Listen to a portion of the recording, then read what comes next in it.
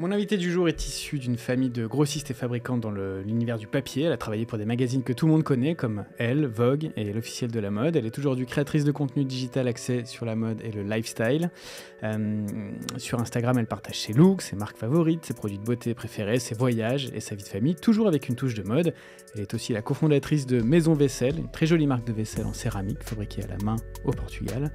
Mon invitée du jour est Déborah Reiner-Sebag, mieux connue sous le pseudonyme The Daily Deb.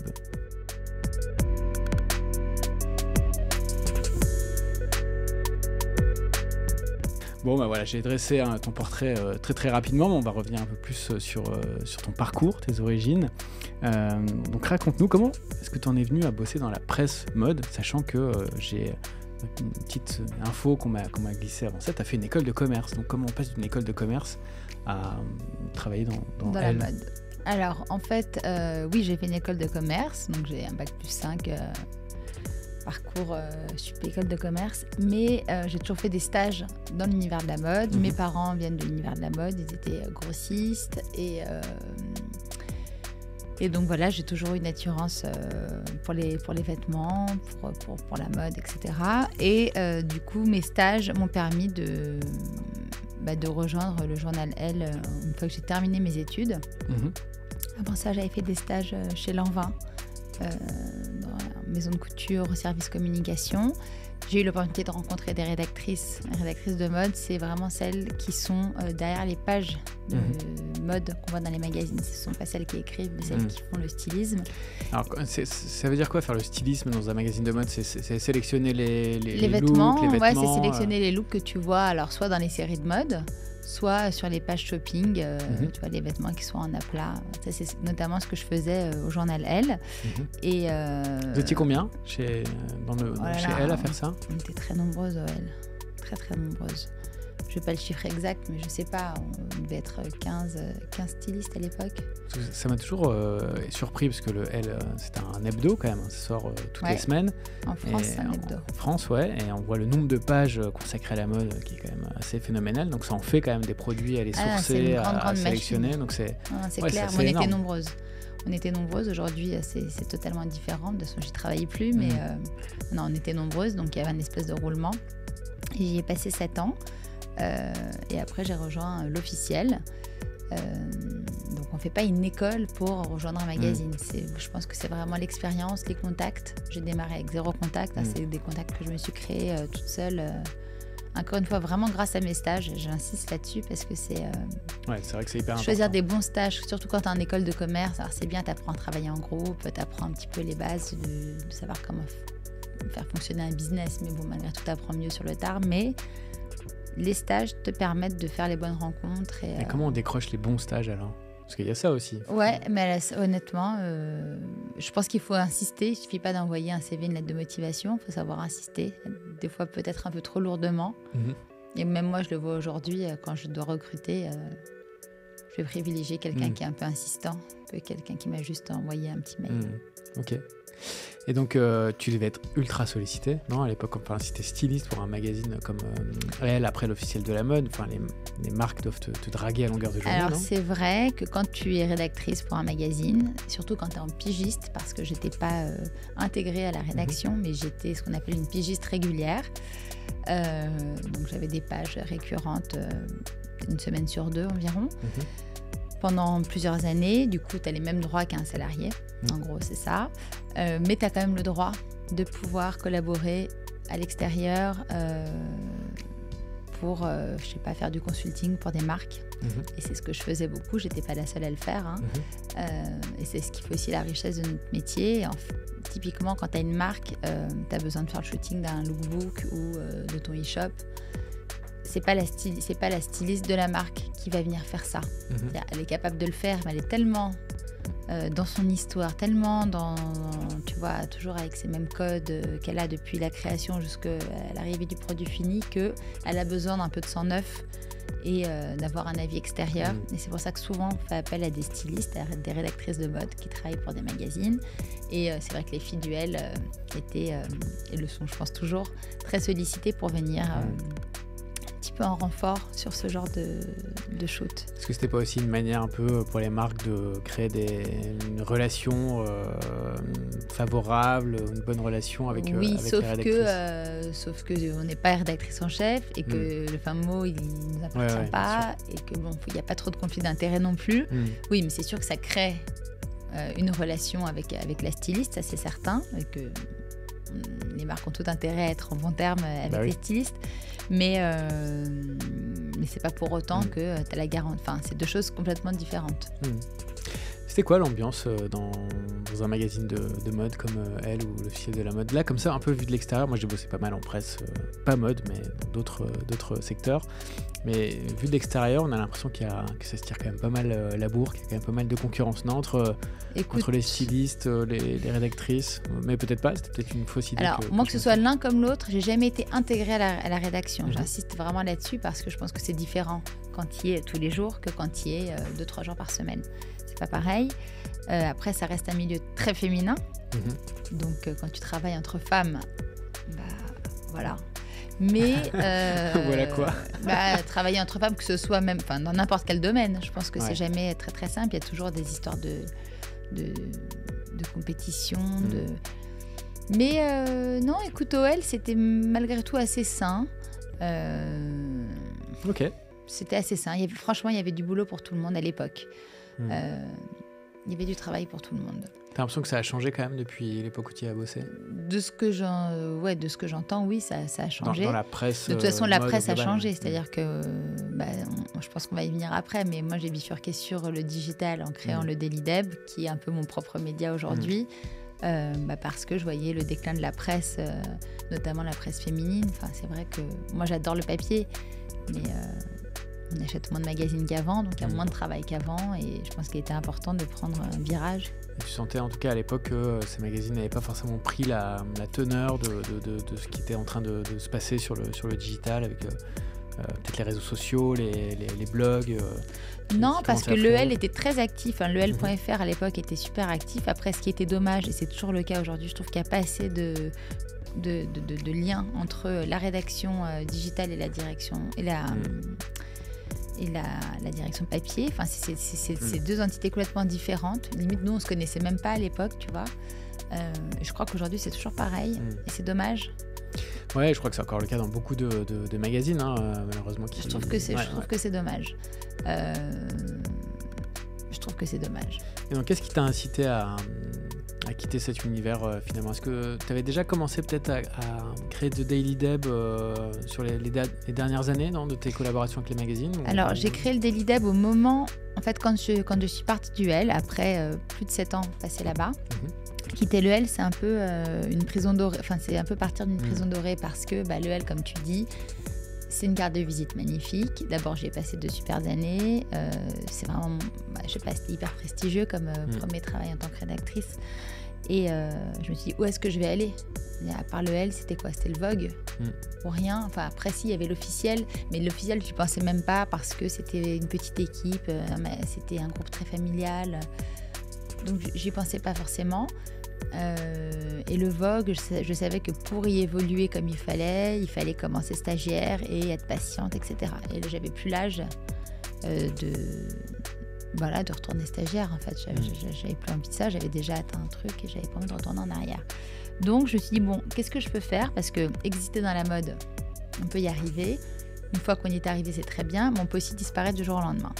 Et je me dis, il faut que je trouve le moyen de rester active dans ce milieu-là pour ne pas me faire oublier le temps que je retrouve une rédaction. Et trouver un travail dans une rédaction, c'est pas répondre à une offre que tu vas trouver sur Fashion Job ou sur LinkedIn. Non, c'est que du relationnel. Et donc, ça se fait pas comme ça. Et voilà. Et donc là, je me suis dit, écoute, je faisais pas mal de consulting pour un site de seconde main à l'époque. Et on avait été amené à collaborer avec des influenceuses, avec des blogueuses de l'époque, qui étaient des blogueuses mode. Certaines sont toujours très actives aujourd'hui. Et je trouvais que c'était leur contenu était bien, mais c'était pas ce que j'appelle moi de la mode. En fait, il y avait vraiment pas cette notion de luxe, qui me plaît, qui m'attire moi. Et je me suis dit peut-être qu'il y a une place à prendre sur ce créneau-là, mais il va falloir y aller, il va falloir se mettre en avant, alors que moi j'avais l'habitude de mettre en scène les vêtements, etc. sur des mannequins. et pas moi d'être là face cam à jouer le mannequin, même si je suis pas du tout mannequin, mais malgré tout tu joues un petit peu ce rôle-là et c'est ce que les gens aiment sur Insta aussi. Donc voilà, c'est comme ça que j'ai commencé. Au début, beaucoup de rédactionnel, j'écrivais, j'avais aussi un blog que j'ai pas gardé très très longtemps. D'abord, ça prenait énormément de temps de l'alimenter. Et finalement, pour pas grand-chose, parce qu'Instagram, fallait plutôt se concentrer dessus, à créer des looks et raconter une histoire dessus que passer du temps à écrire sur le blog.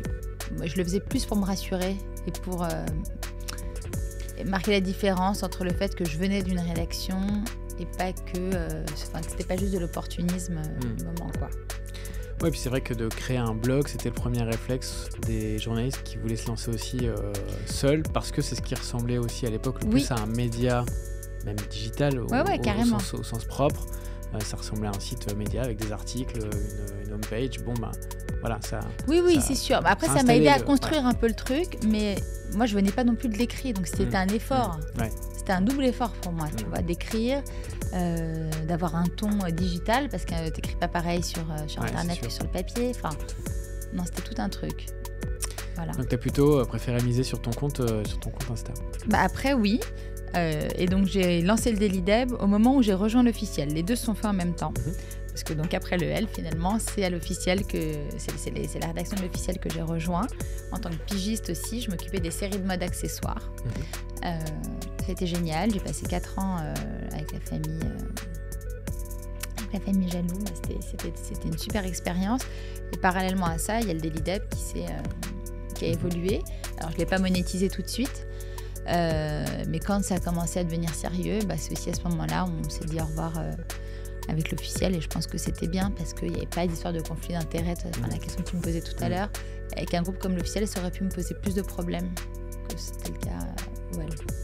Ah oui, sur le fait que tu aies ton propre blog, tu veux dire, tes propres supports d'expression. Parce que moi j'ai un positionnement très luxe sur le Daily Deb, l'officiel c'était vraiment un magazine que luxe.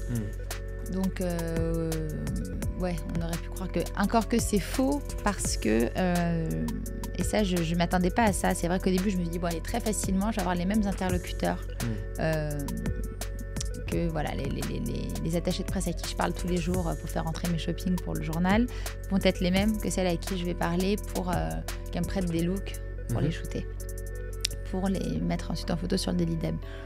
Et finalement, c'était pas les mêmes personnes. À part 2 ou 3 maisons, chaque maison commençait à avoir son pôle digital avec d'autres interlocuteurs, des gens plus jeunes que je connaissais pas, qui cherchaient pas à savoir qui tu es, depuis combien de temps tu travailles avec la maison. Et ça, c'était un petit peu perturbant pour moi au début, parce que je me suis dit, ça va être facile, je connais tout le monde, ça fait 15 ans que, tu vois, peut-être pas 15 ans, mais ça faisait 12 ans que je travaillais dans la mode. Je me dis, ça va être easy. Et en fin de compte, non. Il a fallu refaire tout un travail pour avoir le contact de la bonne personne, prendre le temps de les rencontrer, de leur expliquer le projet, faire évoluer aussi mon Insta, parce qu'au début, il n'était pas forcément celui que tu vois aujourd'hui. Tu vois, tu te cherches aussi un petit peu constamment, et puis les tendances évoluent aussi très très vite sur le digital, donc il faut savoir s'adapter et répondre à la demande aussi.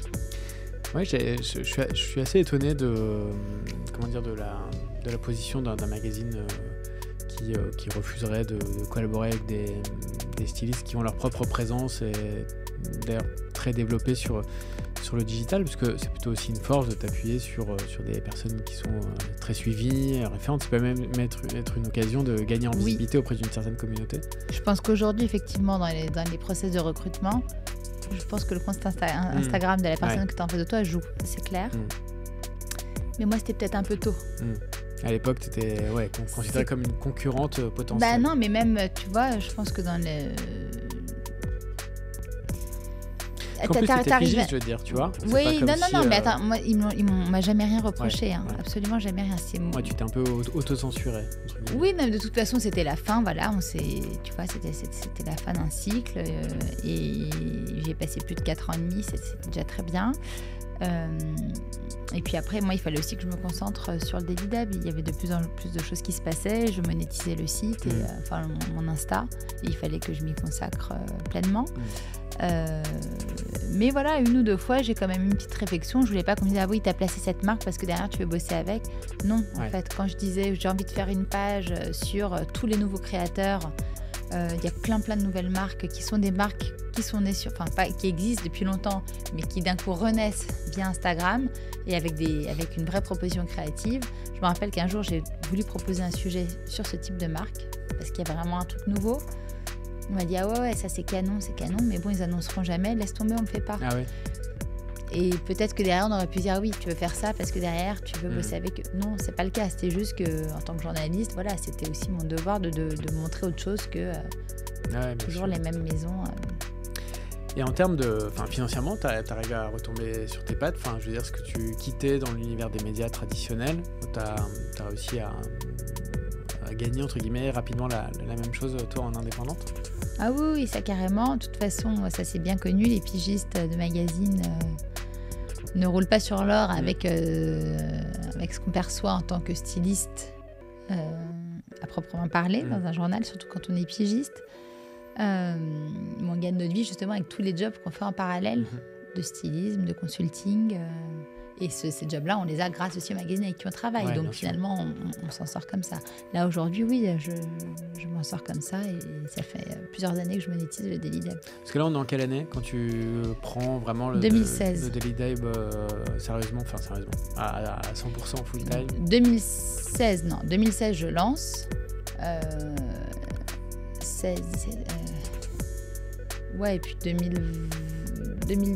2020, quand est-ce que j'ai arrêté l'officiel ? En 2020, j'ai arrêté l'officiel. Voilà. Et c'est à ce moment-là. 2020, c'est une année qu'on connaît bien, parce qu'il y a eu un confinement. Donc ouais, non, un peu avant. On se rappelle ce qu'on faisait C'était quelques mois avant, quand même, entre 2019 et 2020. Ok. Ouais, parce que c'est quand même bien avant le Covid. Et t'avais combien d'abonnés à l'époque sur Instagram ? J'avais combien d'abonnés sur Insta ? Alors, c'est vrai que j'ai pris mon compte mon compte perso. Mon compte perso, je l'ai transformé en Daily Dab. Je sais pas, je devais avoir peut-être 1000 abonnés. Ah ouais, d'accord. Peut-être plus, franchement, j'en sais rien. Et donc, en 3-4 ans, tu l'as amené à un point suffisant pour pouvoir en vivre quand même totalement. Voilà. Ok. Bravo, Déborah. Comment tu gagnes ta vie avec The Daily Dab ? J'imagine des collaborations avec des marques. Tu as quelques exemples à nous donner ? Ouais. Alors j'ai des marques, j'essaye aujourd'hui de favoriser les contrats à long terme avec les marques pour plein de raisons. D'abord parce que ça permet vraiment d'installer une relation entre la marque et moi. Donc c'est quoi ? C'est des périodes de 1 an ? Tu essayes de faire ça ? J'essaye, 1 an, 6 mois. Ça permet aussi de bien gérer les contrats que je peux avoir avec la concurrence pour alterner. Tu vois, alors j'ai encore aucune marque qui m'a payé pour avoir une exclusivité, parce que ça se paye très cher et je pense pas être le profil recherché pour ça. Mais disons que je travaille pas mal avec la joaillerie. La joaillerie, typiquement, voilà, là on me voit pas, mais là toi tu le vois. J'ai plein de bagues, c'est des marques, des marques différentes et c'est des marques avec qui j'ai travaillé. Mais c'est comme ça qu'on porte la joaillerie aujourd'hui. Tu portes pas une seule marque. Ce qui est joli et ce qui donne envie, c'est de mélanger. Donc je pense que ça, c'est quelque chose qu'il faut continuer à faire aussi sur mon Insta. Et pourquoi je te dis ça ? Parce que du coup, j'essaye d'espacer la création de contenu entre les marques avec qui je travaille. Donc un deal de 6 mois ou un deal annuel, c'est X publications dans l'année. Ouais, en fonction des temps forts. Ouais. En général, quand je fais ma première proposition, je demande à la marque de me donner un peu ces temps forts. Et en fonction de ces temps forts, je réfléchis à ce que je pourrais leur proposer. C'est rare qu'on me dise, voilà, j'ai ça, est-ce que tu peux me créer du contenu pour tel événement ? En général, moi, les relations que j'installe avec les marques, c'est, on parle de temps forts, de moments clés qu'ils ont dans l'année. Des fois, il n'y en a qu'un, des fois, il y en a 12, ça dépend. Et en fonction de ça, je réfléchis à ce qu'on peut créer. Et ça, je pense que ça me vient aussi de mon expertise de rédactrice et de cette gymnastique d'esprit qu'on avait quand j'étais au L ou quoi, où il fallait réfléchir tout le temps à des nouvelles idées, etc. Et voilà. Et après, je propose du contenu en fonction des temps forts et j'essaye de séduire les marques de cette façon-là. Comment tu choisis les marques avec lesquelles tu bosses en collaboration ? C'est quoi tes critères ? Alors, déjà, il faut que ça me plaise, il faut que j'ai envie de porter la marque.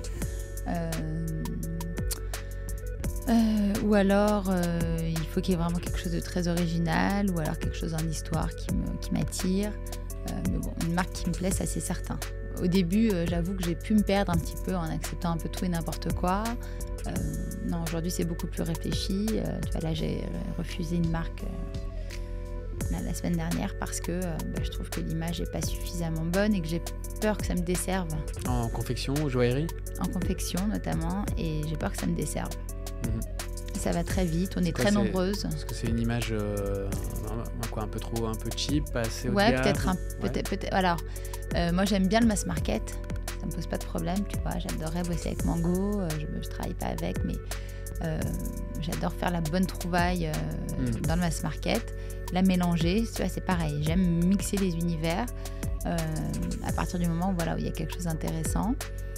Mais là, non. Là, je pense que l'image de marque est pas bonne. Enfin, elle est pas bonne. Aujourd'hui, elle est pas mal. Mais ce qu'on a en tête de cette marque, c'est pas génial. Et je pense que ça va trop vite dans ce milieu-là et qu'on est dans un environnement quand même très, très snob. En tous les cas, toute la team PR française, parisienne est assez snobbish. Et du coup, tu peux sauter très rapidement, tu vois, d'un projet ou quoi, en faisant ce genre d'erreur. Alors bon, pour le moment, Donc t'as refusé. J'ai refusé. Je pense qu'il faut apprendre à refuser. C'est quelque chose raison. que je savais pas faire avant et maintenant j'essaye de le faire. Pas que j'ai pas besoin, parce que j'ai besoin de bosser, mais. Tiens, je fais une petite parenthèse, mais c'est dans l'actu. Il y a Shein, Shein, Ouais. Shine, mais ça se prononce Shein. Qui s'est rapproché de Forever 21. T'as suivi ça ? Qu'est-ce que ça t'évoque, sachant que Shein, c'est quand même la marque qui est systématiquement pointée du doigt pour la ultra fast fashion. On parle même pas de fast fashion, ultra fast fashion, de mode jetable. Comment tu perçois ça ? C'est de la mode jetable, typiquement. Je pense que c'est des produits hyper pointus, hyper tendance. Alors, je pense pas être la cible de Shein, tu vois, mais... Je vois, moi, mes petites cousines et tout, elles sont à fond, c'est pas cher, elles peuvent s'offrir la même robe que celle d'une star qu'elles voient sur TikTok ou quoi, ça leur fait rêver. Et puis bon, si elles en ont marre la saison d'après, c'est pas grave, et elles cherchent pas à savoir ce qu'il y a derrière. Donc je pense que elles ont une place à prendre, et ils profitent. Parce que je crois qu'ils avaient pas mal arrosé de créateurs de contenu à une époque où ils se lançaient.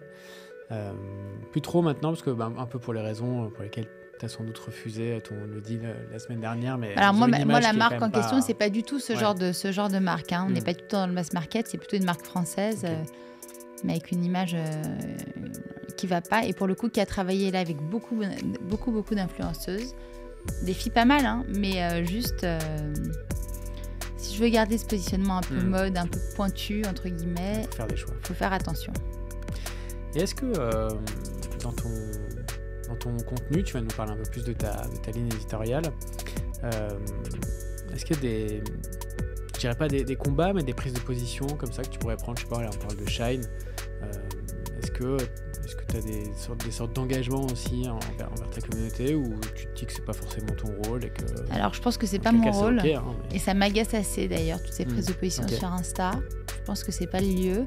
Enfin, tout dépend du type de contenu que tu proposes. Enfin, moi je propose de la mode, du lifestyle, je parle de ma vaisselle. Enfin, à un moment donné, je vais parler de mes gosses, je vais pas parler de politique parce que y a trop de tout et n'importe quoi dessus, donc non, j'ai pas envie. Non, mais sans parler de politique, mais en tout cas, dans l'univers de la mode, il y a peut-être des choses, des valeurs à porter.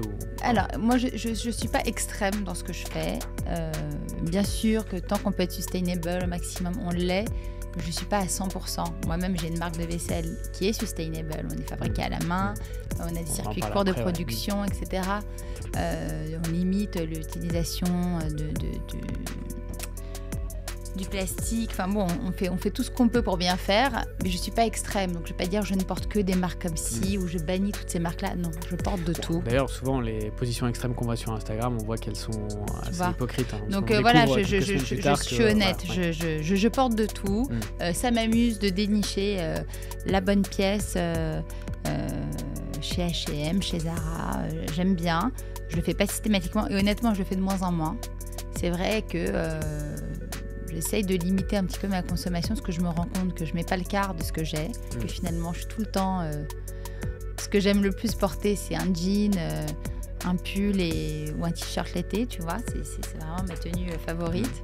Donc oui, plein de jeans, mais bon, les jeans, ça se recycle. En plus, je les jette pas parce que je me dis que non, il faut le garder parce que cette forme, ça reviendra, etc. Et je porte de plus en plus de vintage. J'ai d'ailleurs un projet vintage à venir là pour Trop bien. Le mois d'octobre. Cool. Voilà. Je sais pas si tu vas pouvoir nous en parler ouais, un peu plus. Si, j'évoquerai après. Ok. Je suis assez curieux d'en savoir plus sur les coulisses de ton activité. À quoi ça ressemble ton quotidien ? Alors mon quotidien, ça fait rire mon mari parce qu'il me dit donc qu'est-ce que tu fais aujourd'hui ? Massage, café à l'hôtel Coste, voilà. Mon quotidien, il est bosse vraiment... pas du tout là-dedans, ton mari ? Mon mari, il est consultant dans le retail. Ok. Donc un peu quand même dans cette vie. Si, il connaît. Alors en ce moment, il est dans les hypermarchés, mais il a déjà fait des missions pour la mode. Et il aime ça.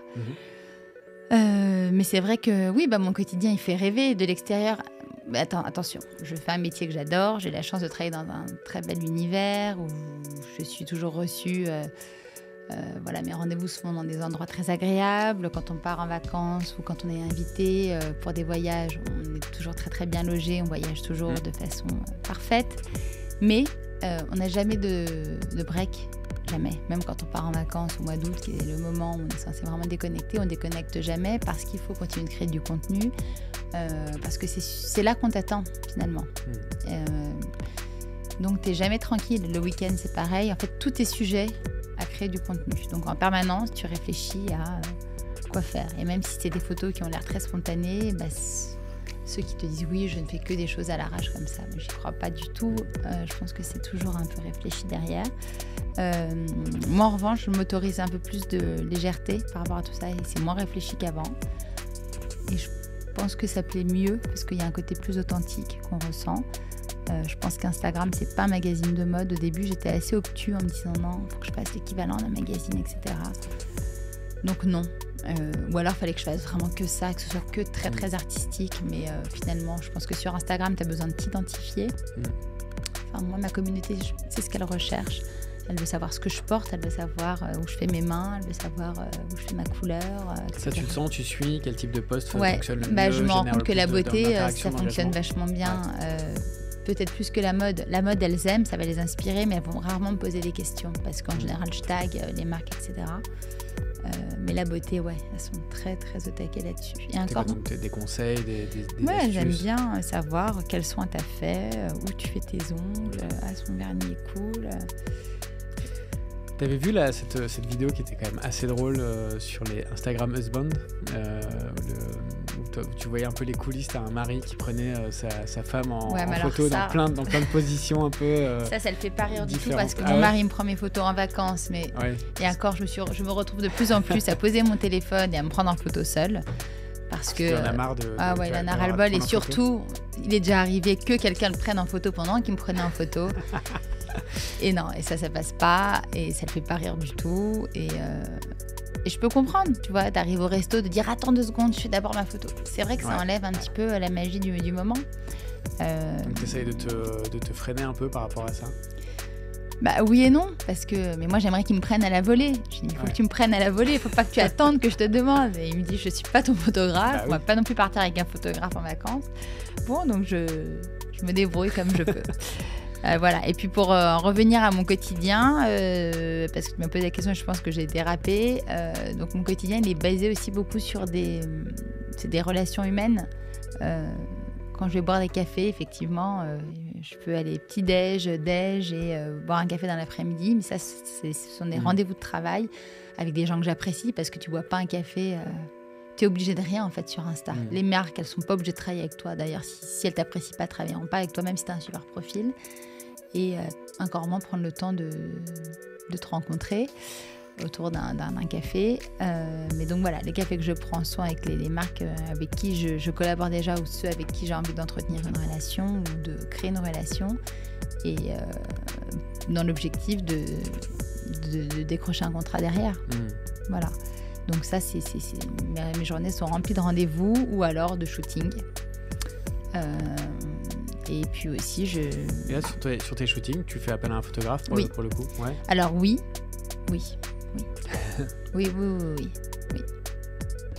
J'ai un photographe avec qui j'ose. Oui, parce que c'est du boulot aussi de se prendre en photo. Ça se fait pas tout seul. Et j'ai pas quelqu'un derrière moi toute la journée. Donc oui, je book plusieurs heures de shoot et je shoot 3-4 looks pour avoir un peu d'avance. Et après, je programme mes looks via des applications. Comment tu fonctionnes? Tu as toujours le même photographe ou bien tu fais appel à 1-2-3 photographes? J'ai 3-4 photographes avec qui je tourne en fonction de leur dispo. Et combien ça coûte un photographe comme ça que tu vas booker pour une séance d'une heure, 1h30 dans Paris? Après, toi, tu as peut-être des tarifs particuliers parce que... Ouais, j'ai des tarifs particuliers parce que je les prends régulièrement et puis depuis longtemps. Et puis, il y a une espèce d'échange, de visibilité parce que je les tag sur les photos aussi. Et donc, ça les intéresse. Mais donc, en moyenne... je sais pas, une fourchette. Ouais, 300 €. 300 € la séance, ça dure combien de temps? Ou alors en moyenne, il y en a qui te font un tarif par look, qui vont te prendre, on va dire 50 € par look. Après, voilà, moi je veux travailler avec des gens avec qui ça va vite. Je passe pas 3 heures à me retoucher, je mets pas de filtre sur mes photos. Je veux vraiment que ce soit le plus naturel possible. Pour ce tarif-là, il te prend les photos, il te donne tout le contenu de la séance, après tu te débrouilles à faire ta sélection. En général, moi je fais ma sélection tout de suite. Okay. Je mets des petites croix, des petites étoiles sur mes photos. Je sais, franchement, ça va assez vite. Je sais ce que j'aime, je sais ce qui marche. Voilà. Okay. Enfin, je sais ce que j'aime. C'est pas forcément celle qui marche le mieux, mais je sais ce que j'aime. Et je suis aussi ouverte aux avis des photographes avec qui je travaille parce que j'aime bien avoir un avis extérieur aussi. Tu t'imposes un rythme de publication sur ton compte Insta? Non. Non, j'essaye de comprendre l'algorithme actuel, j'ai du mal. Je me rends compte que des fois, quand je poste pas pendant une semaine, après, tu as un pic de vues au niveau de tes stories. Je sais pas, là, avant-hier, j'ai posté une photo, un Reels sur Vaisselle, ma marque de vaisselle. Je sais pas, on est à presque 60 000 vues. Jamais on a fait ça. Et je sais pas comment c'est venu. En fait, j'ai vraiment du mal à comprendre. C'est-à-dire que tu fais un break de publication, même de Reels, oui, de story. Mais qui n'est pas forcément voulu. Hop, ça... Des fois, quand tu reprends, ça reprend plus fort. Ok. Ouais, ça, je l'ai remarqué pour les stories. Non, par contre, ce que j'essaye de m'imposer là, et il faut, je me l'impose depuis longtemps, mais je le fais pas assez, c'est faire plus de vidéos. Parce que ça, c'est vraiment bien. Parce que, en story ou en Reels, là, c'est avant tout des photos pour l'instant, c'est ça? Ouais, non, il y a un peu de vidéos, mais pas suffisamment. Pas suffisamment. Et j'essaye de parler un petit peu plus aussi à ma communauté. Ça, j'y arrive plus facilement quand je parle de beauté. Pour la mode, tu vois, j'ai du mal à dire, voilà, aujourd'hui, je porte ça. Qu'est-ce qu'on peut en penser? Ouais, mais il faudrait. Il faudrait. Comment tes proches perçoivent ton activité? Ils se rendent compte que c'est du travail. C'est déjà bien, parce que je pense que pour beaucoup, on a l'impression que ça n'est pas un travail et que... Donc voilà, c'est un job de rêve parce que tu fous rien, tu t'amuses juste à te prendre en photo et à filmer ton matcha. Mais non, c'est vraiment pas ça. Non, pour mes proches, je travaille beaucoup. Je suis un bourreau de travail et non, ils sont plutôt admiratifs. Je les fais rire. Voilà. C'est déjà cool. Voilà. Il y a des choses où est-ce que tu places la limite entre ce que tu montres de ta vie perso et ce que tu gardes pour toi? Écoute, j'ai moins de limites qu'avant là, parce qu'avant j'étais vraiment contre le fait de montrer mes enfants. Qu'est-ce qui t'a fait changer d'avis? Écoute, d'abord j'étais enceinte l'année dernière, ma fille elle a 18 mois là. J'ai 2 grands garçons qui ont 12 et 10, donc eux ça date, j'étais même pas influenceuse à l'époque.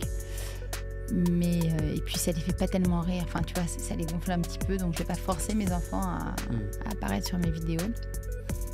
Après, enceinte, forcément, j'en ai joué parce que d'abord j'ai shooté jusqu'à la veille. J'ai des photos qui ont été postées qui m'ont vraiment été shootées la veille de mon accouchement. Et j'ai vraiment bien vécu cette grossesse, donc je l'ai partagée. À partir du moment où je l'ai dévoilée, je l'ai partagée pleinement. Donc là aussi, ça m'a pas mal décomplexée sur le fait de partager un petit peu l'après de tout ça. Et encore une fois, je pense que c'est ce qu'on a envie de voir. Donc Donc, il faut être le plus vrai possible. Alors, tu n'es pas obligé de tout montrer. Mais là, quand tu es en vacances, tu montres quoi si tu ne montres pas un petit peu ta fille qui bouffe une glace ou quoi. Enfin, je sais pas. Ça vient un peu naturellement, mais il y a toujours cette histoire de mode qui est derrière. Alors, du coup, c'est peut-être un peu moins pointu, mais c'est plus, ça, je pense que ça parle à plus de gens. Ok. Voilà. Je pense que tu dois avoir des grosses journées parce que tu as cofondé une marque de vaisselle en céramique, on en a parlé brièvement, qui s'appelle Vaisselle, V-E-2-S-E-L. C'est très très joli d'ailleurs. Tu nous racontes un peu l'origine du projet ? Alors, Vaisselle. Alors, l'origine du projet, on parlait de tendance sur Instagram tout à l'heure. Il y a eu un moment donné où toutes les influenceuses lançaient leur marque. Il y avait Jeanne Damas qui avait lancé Rouge. Après, il y a eu toute une série. Elle a donné un peu le là et après tout le monde a suivi. Et je me suis dit que pour continuer d'exister en tant qu'influenceuse, il fallait créer une marque. Parce que les marques n'allaient plus travailler juste avec une fille qui se prend en photo dans son salon, mais les marques travaillaient avec des talents digitaux. Et donc j'avais ce talent d'être rédactrice avant, et c'est pour ça que je travaille quand même avec pas mal de marques de mode aujourd'hui, mais ça suffit plus. Du coup, je cherchais à réaliser, à travailler sur un nouveau projet. J'avais vraiment envie de créer une marque au début du prêt-à-porter, et assez vite, je me suis dit non mais laisse tomber le prêt-à-porter, c'est trop d'investissement, c'est trop de frais, c'est trop de galères de stock. Enfin, c'était pas la même histoire. Et je suis partie au Portugal un été sans mon amie et associée Ornella, qui est mon associée aujourd'hui sur Vaisselle. C'était un été où elle venait d'accoucher, du coup on n'a pas fait les vacances ensemble pour la première fois. Et en revenant du Portugal, je lui ai ramené de la vaisselle, je m'en suis acheté aussi beaucoup. Et en lui offrant, je lui ai dit écoute, toi tu viens de te reconvertir, elle travaillait avant dans le marketing dans une grosse boîte. Et elle venait d'avoir ses jumeaux, du coup elle s'était reconvertie dans l'archi d'intérieur. Je lui ai dit est-ce que ça t'intéresserait pas qu'on crée ensemble une marque de vaisselle, on part au Portugal, je te montre un petit peu tous ces artisans que j'ai rencontrés et on essaye de monter quelque chose. Elle m'a dit vas-y banco, on est parti, et donc on a lancé Vaisselle comme ça. Ça c'était en septembre 2019 et on a lancé la marque en décembre 2019. Voilà, donc Vaisselle est née en décembre 2019, puis Covid en mars. Du coup on bossait de chez elle, on a travaillé nous toutes les deux pendant le Covid. Et on a décidé de lancer cette marque un peu comme une marque de mode pour intégrer des nouvelles couleurs au fur et à mesure des saisons. Donc on a lancé la marque avec 3 couleurs en décembre. On avait le craie, le safran et le verdé. Et on avait prévu le rose depuis le début, mais on avait prévu de le lancer en mars. Donc on le reçoit pendant le Covid. Alors je ne sais pas si c'était le fait d'avoir une couleur rose d'un coup qui faisait du bien à tous. Ou si c'était l'envie d'être chez soi et de manger dans de la jolie vaisselle qui a excité un peu tout le monde. Mais en tous les cas, voilà, je me rappelle de cette soirée où on était assis chez elle et on a posté notre table avec ses assiettes roses en plus qui venaient compléter la collection. Et là, nos téléphones sonnaient dans tous les sens jusqu'à 2h du mat. Franchement, c'était dingue. Et bon, voilà, après c'est parti. C'est vraiment en mars qu'on a fait, qu'on a vraiment eu notre premier succès de vente, quoi. Ça fait du bruit, non, mes trucs à chaque fois, non ? Je fais une pause de 2 secondes. Pardon. C'est pas trop long ce que je raconte, là, à chaque fois ?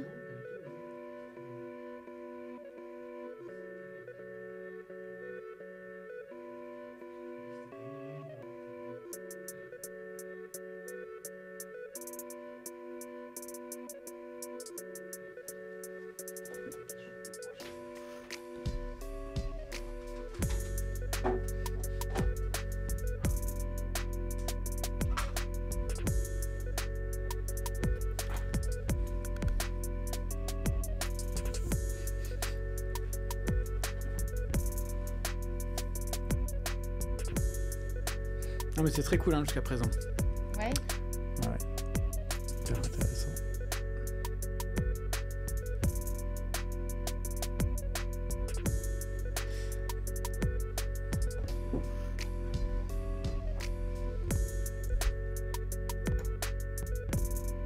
Attends, du coup tu t'es redressé, non ? Ah bon ? Je mets comme ça ?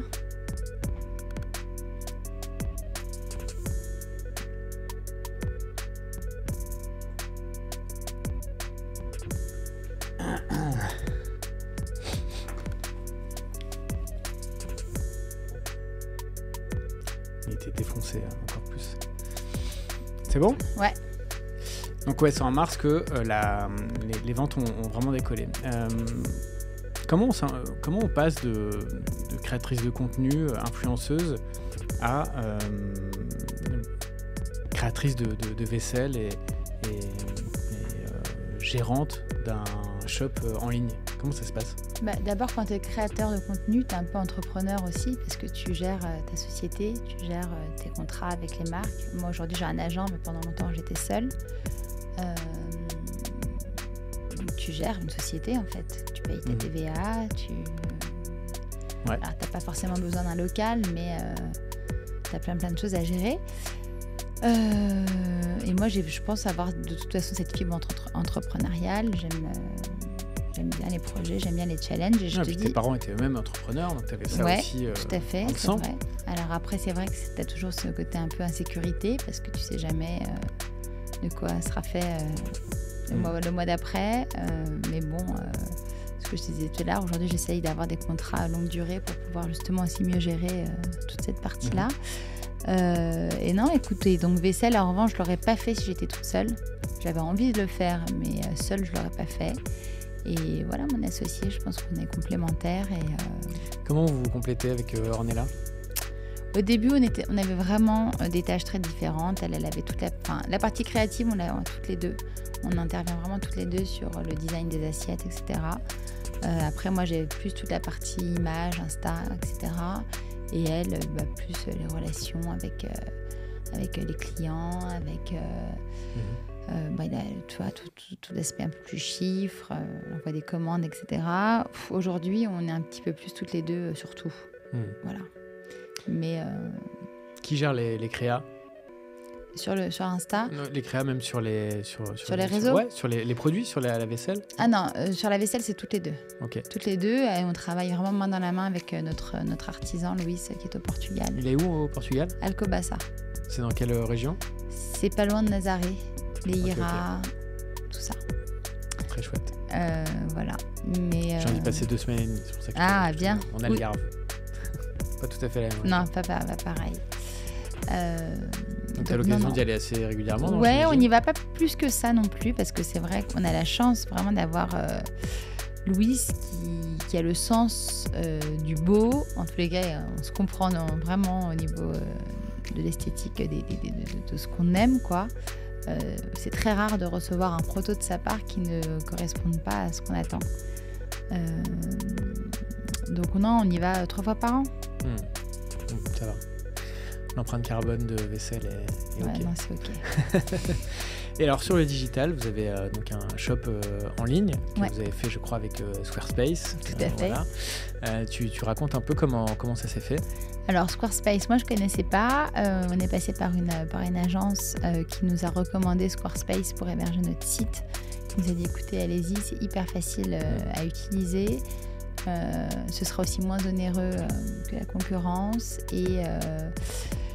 et très facile à uploader régulièrement, parce que nous, notre volonté, c'était vraiment de pouvoir l'utiliser facilement. Alors, on a une équipe avec nous aujourd'hui, mais si jamais demain, on se retrouve toutes les deux, il faut qu'on puisse le faire facilement. D'autant que toi, tu avais déjà une petite expérience quand même, dans le digital, parce que tu avais ton propre blog, donc tu savais déjà ce que ça voulait dire, mettre à jour, te connecter, uploader des fichiers, des machins, des trucs, éditer des pages. Voilà. Et il fallait que ce soit simple. Voilà, il fallait que ce soit simple, parce que tu as arrêté ton blog aussi pour cette raison-là, j'imagine. Enfin, tu le dis, mais c'était trop de temps, trop de recherche, trop de temps, et ça rapportait pas, tu vois, ça m'apportait rien du tout. Au début, je pensais que ça faisait la différence avec les autres filles qui avaient que Instagram. Mais en fait, non. Pour des profils comme le mien, ça m'apportait pas suffisamment. Donc là, il fallait que ce soit simple. Voilà, il fallait que ce soit simple. Donc, c'est facile à utiliser. Nous, on le gère très facilement. On utilise tous les services qu'ils nous offrent, que ce soit les data, que ce soit l'utilisation des newsletters. Là, on a modifié récemment. Là, il y a une nouvelle version qui est sortie. Du coup, on a refait tout le site sur leur nouvelle version, sous les conseils, pareil, de notre agence. Et on en est super contente. Et qu'est-ce que vous utilisez vraiment? Alors, il y a toute la partie shop en ligne. Moi, j'utilise Squarespace, mais J'ai jamais monté de boutique en ligne et c'est vrai que c'est quand même hyper simple à utiliser pour monter des pages. Ouais. On peut faire pas mal de trucs. On a quand même fait du design dessus. Fan, ouais. Mais c'est facile. Ouais. Et sur la partie boutique en ligne, même quand tu connais rien, c'est assez facile à prendre en main, même si tu n'as jamais monté de shop en ligne. Moi, j'aurais pas été capable parce que je suis pas assez geek. Mais je pense que oui. Je pense que c'est très ludique. Honnêtement, moi, une fois que le squelette existe, je suis capable de changer toutes les photos. Même les deuxièmes vues des produits. Enfin voilà, je suis capable de faire tout ça aujourd'hui. Tu as juste appuyé sur modifier sur la photo, la changer. Non. Parce que là, c'est vous qui avez la main dessus et vous faites on a la main dessus, tu vois. On passe pas par l'agence pour changer les photos des sliders. Et ça, je te dis, on les change toutes les semaines. Pareil sur nos pages catalogue. Tout ça, c'est vraiment changé très régulièrement. Quand tu fais de la vente en ligne, tu es obligé de changer régulièrement le merchandising de ton site. Et ça, vraiment, ça se fait en... Je sais pas. Et comment ça se passe dès que vous avez une commande, vous recevez des notifs? C'est ça? Mais quoi, des notifs par mail? On a aussi, on a l'application Squarespace aussi sur les téléphones. L'application commerce qui est liée à notre Squarespace. Et du coup, c'est nickel. Tu as le numéro de commande, les infos du client qui répertorie ce qui a été acheté. Et après, voilà. Comment vous vous organisez du coup pour expédier? On a deux filles qui travaillent avec nous aujourd'hui. Sinon, on le fait. Moi, j'étais à la poste ce matin, on envoyait un petit colis. On fait tout, on est une start-up, on fait au fur et à mesure. Parce que je sais qu'il y a quelques boîtes qui regroupent tout, ils font un jour par semaine, ils envoient tout. Si on avait suffisamment de commandes pour procéder de cette façon-là, on le ferait peut-être comme ça. Aujourd'hui, c'est pas le cas. On vend aussi beaucoup en B2C lors de nos pop-up. On vend de la vaisselle, donc les filles aiment bien voir aussi les produits touchés. Et puis on a une très très large offre de couleurs, donc c'est vrai que sur le site, c'est ce qu'on nous reproche. On dit il y a tellement de choix que des fois on est perdu, on ne sait pas quoi choisir. Donc souvent aussi on fait pas mal de ventes. On vend sur internet surtout aux personnes qui connaissent déjà la marque. Qui veulent compléter peut-être ce qu'ils ont déjà. Parce qu'en expédition, ça doit pas être évident non plus. C'est pas évident. Soit en termes de poids et de fragilité des typiquement, colis. là, être sustainable, quand tu parles de la vaisselle, c'est très très compliqué de l'être à 100%, encore une fois. Parce que là, c'est papier bulle à fond. Ouais, t'es obligé, c'est obligatoire. T'as pas d'équivalent durable du papier bulle encore? Nous, on fait faire des boîtes en carton recyclées, etc. Mais à l'intérieur, pour pas que ça casse, c'est inévitable. Alors si tu as le papier de calage là. Le papier de calage c'est pas mal aussi, mais ça suffit pas. Ça suffit pas pour protéger. Et donc il y a d'autres fonctionnalités de Squarespace. Les newsletters. Les newsletters. Comment tu utilises les newsletters? Tu me racontes un peu. Alors il y a des templates préexistants. Alors après tu peux t'amuser à changer les blocs, changer les couleurs, changer les tailles, etc. Nous, aujourd'hui, on a défini 8 templates qui correspondent à 8 thèmes, si tu veux, qu'on a. On a un template pour le lancement, nouvelle collection, nouveaux produits, pop-up, voilà. Et on change nos templates en fonction de tout ça. C'est vous qui les avez créés? On a pris des templates existants qu'on a remasterisés. En fait, c'est ça qui est bien. Tu as une base. C'est quand même hyper satisfaisant de te dire que tu crées des trucs toi-même. Si, en même temps, tu as l'impression de jouer un peu à Tetris, tu vois. C'est ça. Tu déplaces des petits blocs. Ouais. Mais c'est quand même assez cool, je trouve, dans cet outil d'avoir le rendu immédiat, quoi. Il n'y a pas de laps de temps entre ce que tu codes, entre guillemets, même si tu fais jamais de code, parce que tout est tu fais pas de code. Il n'y a pas du tout d'histoire de... Non, tu codes rien. Tu as un aperçu instantané. Tu envoies de façon instantanée. Une fois que tu as uploadé ta liste de diffusion, tu as les datas aussi de façon instantanée. Taux d'ouverture, taux de clic. Qu'est-ce qui marche le mieux, là, en newsletter? Newsletter. Alors honnêtement, nous, on se cherche encore au niveau des newsletters parce qu'il y a un moment donné, on en envoyait beaucoup. Alors, on est toujours partagé entre le fait d'en envoyer trop et pas assez. Ce qui marche bien, nous, c'est quand ça clignote de partout, quand il y a des gifs. Les gifs, ça marche bien en newsletter. Ah, c'est un bon tip, ça. Ok. Comment vous les faites, les gifs? Les gifs, on les fait sur Photoshop et on les upload après sur le... Ça, pareil, vous faites tout vous-même? Ouais. Ok. C'est ni Ornella ni moi, mais on le fait faire en tous les cas. Et donc pareil, il y a la partie analytics sur le site. Tu sais d'où vient l'audience. Est-ce que tu sais par exemple si ton compte Instagram, qui compte quand même plus de 200 000 abonnés, est-ce que c'est un vecteur de trafic important sur le site de Vaisselle? Je pense que ça l'a été au début, si tu veux, pour se faire connaître. Là, aujourd'hui, pas plus que ça, mais puis je communique pas non plus énormément dessus. Là, typiquement, on a une offre qui se termine dans 2 jours, donc j'ai communiqué dessus ce matin avec un lien direct sur le site. Je pense que les gens qui me suivent sur Insta savent effectivement que j'ai Vaisselle. Mais non, il n'y a pas que ça, c'est vraiment une synergie de tout. T'arrives à suivre un peu de ma communauté, de celle d'Ornella, et puis de nos communautés personnelles aussi. Après, ce qui aide beaucoup par rapport au Daily Deb, ce qui aide beaucoup Vaisselle, je pense que c'est mon carnet d'adresses, les relations que j'ai avec pas mal de personnes qui ont l'habitude de recevoir ou qui sont attachés de presse pour des grands pâtissiers, pour des restaurants, etc. Et c'est vrai qu'aujourd'hui, on est bien représenté pour Vaisselle. Ok, cool.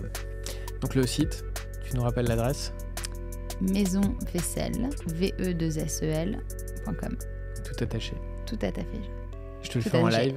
Est-ce que on se négocierait pas un petit code promo là pour si les auditeurs de Follow Me veulent faire des achats sur ta boutique? Honnêtement, code promo, ouais. C'est pas du tout préparé, je te le fais en live. Le code promo, c'est été 2023. Ok.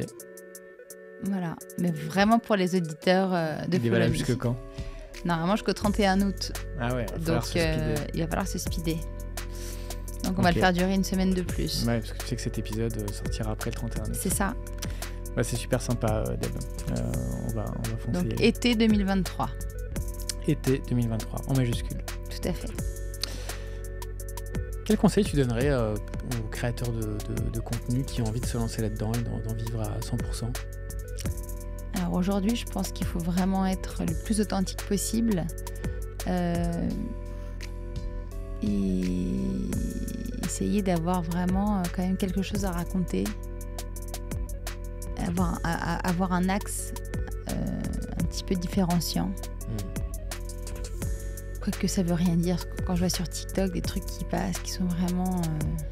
Qui se ressemblent, tu veux dire, les uns les autres? Ouais, qui se ressemblent et que je trouve pas moi pertinents, mais qui peuvent l'être pour d'autres, tu vois. Donc honnêtement, je sais pas. Je me dis juste que si vous avez envie d'essayer aujourd'hui avec Insta, tout est possible. Enfin, avec les réseaux, tout est possible et qu'il faut essayer.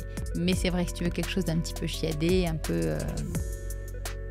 et qui puisse intéresser les marques, parce que les marques, elles sont pas juste intéressées par le volume de ta communauté. Je pense qu'elles sont aussi intéressées par la qualité de ta communauté et de la qualité de ton contenu. Donc il faut essayer d'avoir quand même un petit axe, un petit angle bien à toi. Ouais, je suis assez d'accord avec toi. Donc comment cultiver sa différence, comment essayer de faire quelque chose qui n'existe pas forcément dans le sujet, mais peut-être même dans la façon de le faire. Même quelque chose qui existe, mais juste, tu vois, la façon de le dire, la façon de le présenter, qui sorte un petit peu du lot, façon de prendre des photos, un angle. Voilà. On va parler un peu du futur. Tu nous parlais d'un projet dans de vintage. Ouais, de vintage. C'est de l'upcycling. Vas-y, raconte un peu. Non, c'est pas de l'upcycling. J'ai mes parents, moi, qui sont dans le vintage maintenant, qui sont un peu reconvertis. Ils ont des boutiques dans le Marais. Et j'ai l'opportunité de reprendre une des boutiques pour faire un peu ma curation pendant quelques semaines. Donc l'idée, c'est d'avoir un peu ma curation vintage avec vraiment... Moi, je porte pas tout en vintage, mais il y a des pièces que j'aime porter.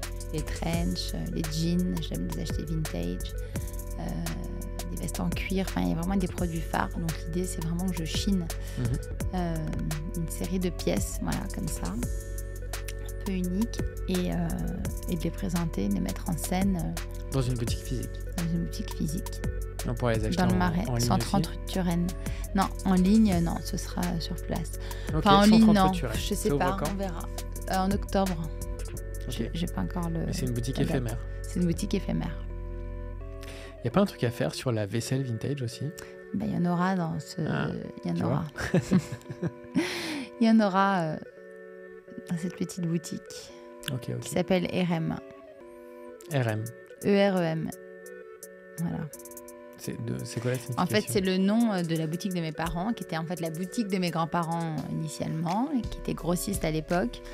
Et là, voilà, aujourd'hui, ils ont repris les boutiques, ils y font du vintage, ils cherchaient un nom, et on s'est dit, mais en fait, il faut l'appeler RM, c'est le nom de ces boutiques. Il y a plusieurs boutiques rue de Turenne. Il y a toute une histoire derrière. Le logo existe déjà. Il était has-been, mais là, il est de nouveau vachement actuel. Donc, autant reprendre ce qui existe déjà. Bah ok, compte sur nous pour aller y faire un tour. Est-ce qu'il y aura des fringues hommes aussi ? Chez RM, actuellement, il y a des fringues hommes. Ok. Chez moi, dans ma boutique à moi, je ne suis pas sûre. Mais actuellement, il y en a. Et c'est 128 ou 130 rue de Turenne. Ça marche, dans ces eaux-là. Voilà. En plein marais.